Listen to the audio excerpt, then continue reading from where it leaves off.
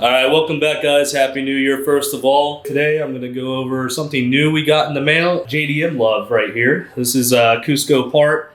Actually found this while browsing Naziok. One of the guys on there had it and I picked it up myself. So that should fit. I know there's not been a lot of bracing around that area that you can buy for the aftermarket.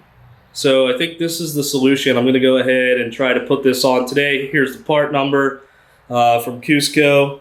And I'm going to have to hunt down some torque specs because if you guys have ever bought any Cusco products, yeah, they're not the easiest to read for the American consumer.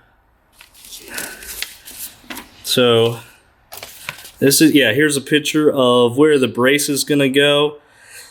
And I did look at a bunch of pictures online. Mostly it's just fitting this to an STI.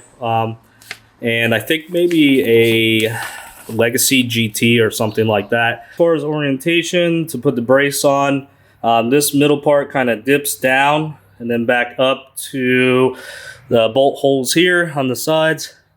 And we'll want this cutout part. We'll want this cutout part facing the rear of the vehicle. Put the bolt head in here through the brace, and then it wouldn't go through, and I couldn't really push it through the other side to get the threads out here.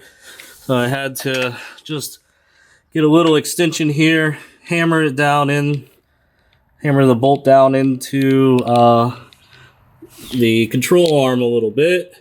And then the threads came through the other side, and we've got the nut on the back side. So now we just have to get it torqued down to spec, but I'm going to do the same thing on the other side before torquing everything back down.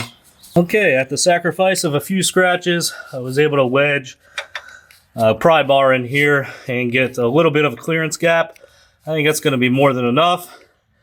Not ideal, but that's...